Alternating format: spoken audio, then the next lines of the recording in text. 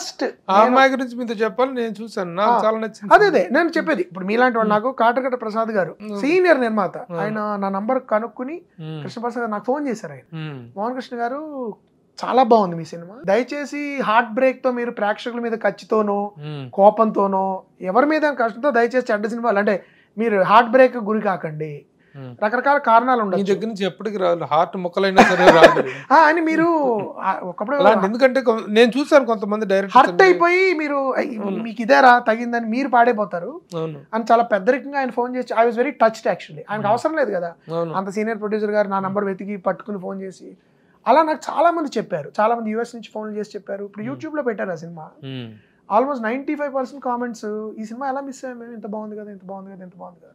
ఒకప్పుడు జరుగుతాయండి ప్రతి లైఫ్ లోను. గోరత్ దీప నాకు చాలా ఇష్టం ఆ సినిమా, బాబు గారిది, కానీ it didn't do well at all. అయితే so I like that film. నా వర్స్ట్ అంటే నాకు నేను క్రూయల్ గా చెప్పాలంటే ఐ వుడ్ సే బందిపోటు అండ్ మాయాబజార్.